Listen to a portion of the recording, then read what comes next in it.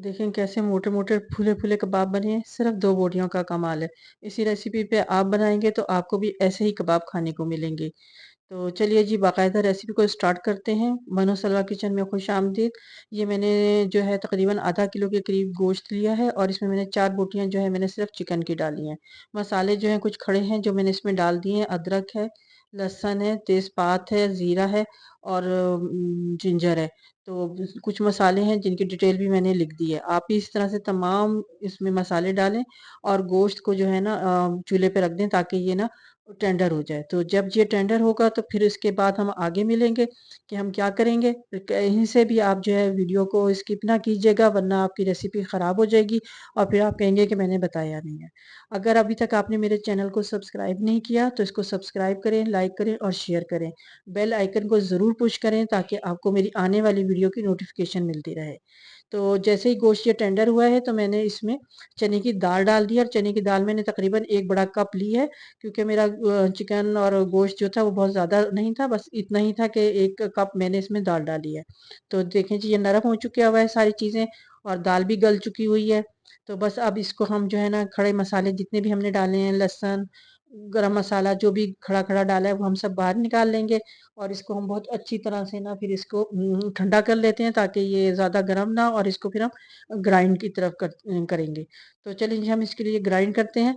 इधर मैंने प्याज लिया, एक मीडियम साइज़ की है, 2-3 हरी मिर्चें ली हैं, कुछ धनिया पत्ता और पुदीना लिया है और इसको मैंने थोड़ा-सा चॉपर में ही मोटा-मोटा ग्राइंड कर लिया था, टाइम की बचत करने के लिए ताकि जल्दी से जल्दी कबाब बन सकें। तो आप भी इसी तरह से कर लें, चाहें तो आप इसको चॉप भी कर सकते हैं। वीडियो को लाइक, शेयर, सब्सक्राइब करना ना भूलें। तो ये मैंने इस तमाम हरा मसाला जो था वो ग्राइंड कर लिया है। अब इसी तरह से जो मेरा मसाला था चिकन का और शामी कबाब का वो जो है ठंडा हो चुका है, तो इसको भी मैं इस ग्राइंडर में ही डाल के ग्राइंड करूँगी। तो इस तरह करके आप भी ग्राइंड कर लें, चाहे तो आप इसको कूट भी सकते हैं, लेकिन मैंने इसको ग्राइंडर में ही किया है। अब इसमें मैं ये हरा मसाला शामिल करूँगी और इसको मैं अच्छी तरह से मिक्स करूँगी।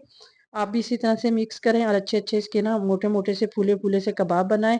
तो मैं मसाले को अच्छी तरह से मिक्स करती हूँ और इसको आपको दिखाती हूँ। जैसे भी आप चाहें इसमें आप शेप दे सकते हैं। आप चाहें अपने मसाले का ज़रा चख भी लीजिएगा ताकि इसका कोई अगर मसाला कम हो तो इसमें शामिल कर लें। तो शेप आप अपनी मर्ज़ी से दे लें, लेकिन मैं अभी इसको शामी ही की शेप दे रही हूँ मोटे अच्छे-अच्छे कबाब बनाने के लिए। तो इस तरह कर के आप भी तमाम कबाब बना कर रख लें। तो आपको ये बहुत पसंद आएगी। ईद का आमद है तो उस पे आप इसको ज़रूर ट्राई करें और मुझे ज़रूर कमेंट्स करके बताएँ कि ये कैसे बने हैं।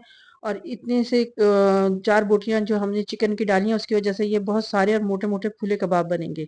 तो अब इसको फ्राई करते हैं।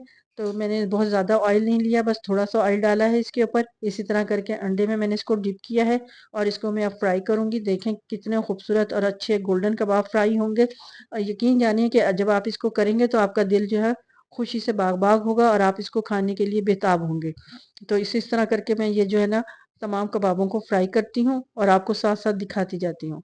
फिर आपसे एक रिक्वेस्ट है कि इस लाइक, शेयर और सब्सक्राइब करना ना भूलें ताकि आपको हमारी आने वाली वीडियो की नोटिफ़िकेशन भी मिलती रहे और आप जो है नई-नई रेसिपी भी सीखते रहें। तो इसी तरह करके तमाम कबाबों को आप फ्राई कर लें। तो देखें जी बिल्कुल गोल्डन ब्राउन हो रहे हैं, बहुत प्यारे से इनको धीमी आँच पे करेंगे तो और ज़्यादा अच्छे ब्राउन होंगे। तो इस तरह करके ये मेरे तमाम कबाब रेडी हो चुके हैं। अगर आपको मेरी वीडियो पसंद आए तो इसको लाइक करें, शेयर करें और मेरे चैनल को सब्सक्राइब करें। दुआओं में याद रखें। फिर मिलेंगे हम एक नई रेसिपी के साथ। अपना ख़्याल रखें। अल्लाह हाफ़िज़।